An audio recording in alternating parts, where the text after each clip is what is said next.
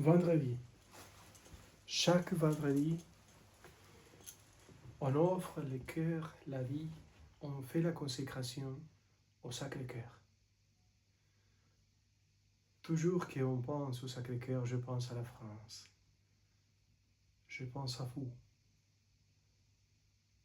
Et je demande à Dieu que la dévotion du Sacré-Cœur soit plus grande encore, que chaque personne qui expérimente l'amour de notre Dieu, homme,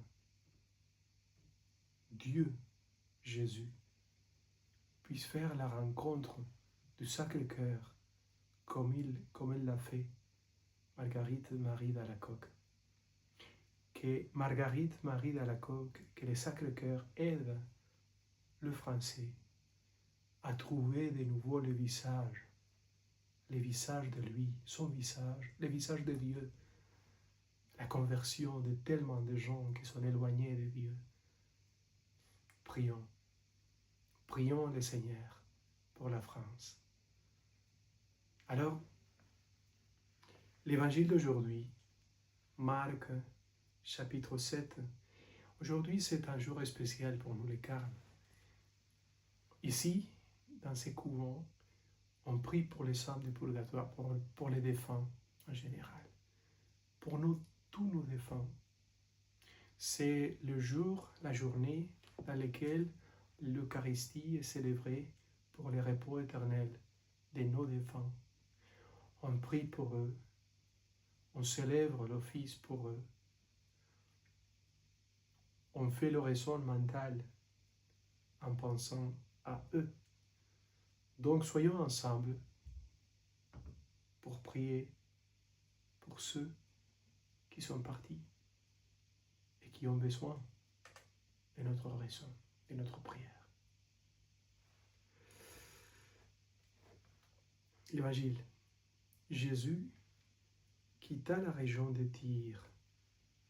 Passant par Sidon, il prit la direction du lac de Galilée et alla en plein territoire de la Décapole. On lui amène un sourd muet, et on le prie de poser la main sur lui. Jésus l'amena à l'écart, loin de la foule, lui mit les doigts dans les oreilles, et prenant de la salive, lui toucha la langue. Puis, les yeux levés au ciel, il soupira et lui dit « Ephata », c'est-à-dire « ouvre-toi ». Ses oreilles s'ouvrirent, aussitôt sa langue se délia, et il parlait correctement. Alors Jésus leur recommanda de n'en rien dire à personne, mais plus il les défendait, plus il proclamait très vivement, frappé. Il disait, tout ce qu'il a fait est admirable. Il fait entendre les sourds et parler les muets. Acclamons la parole de Dieu. Louange à toi, Seigneur Jésus. Mes frères, et voilà, c'est comme ça. C'est Dieu lui-même. Dieu lui-même qui va avoir des gestes tout à fait corporels et spirituels pour donner la lumière, pour allumer les yeux, pour laisser que la langue puisse parler, la salive, les doigts qui touchent les oreilles, les mains qui se posent sur la personne. C'est Dieu lui-même qui a encore débordé. Dieu lui-même, homme, avec un corps qui proclame la joie, qui proclame le salut, qui guérit, qui sauve, qui touche. Voilà notre Dieu. Si on comprend cela, qu'est-ce que ça veut dire? avoir un Dieu qui connaît notre chair, qui a eu et qui a notre chair. Un Dieu qui a souffert. Un Dieu ressuscité. Voilà. Il habite ton cœur.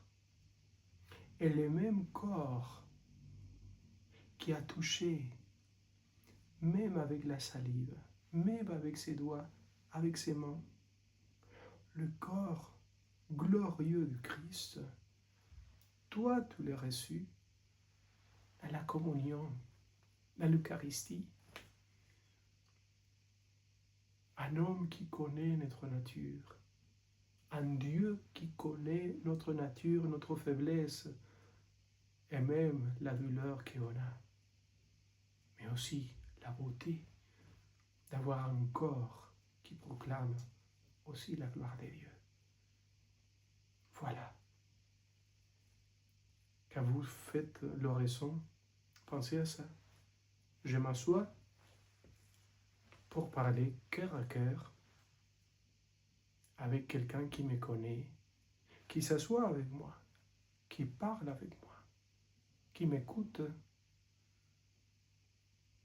qui me regarde avec ses yeux. Voilà, qu'est-ce que c'est l'oraison. Parler avec un ami éternel, beau, crucifié, ressuscité, qui habite notre cœur et notre corps. Il est là, dans notre corps. Notre corps, c'est le temple de Dieu. Il est là.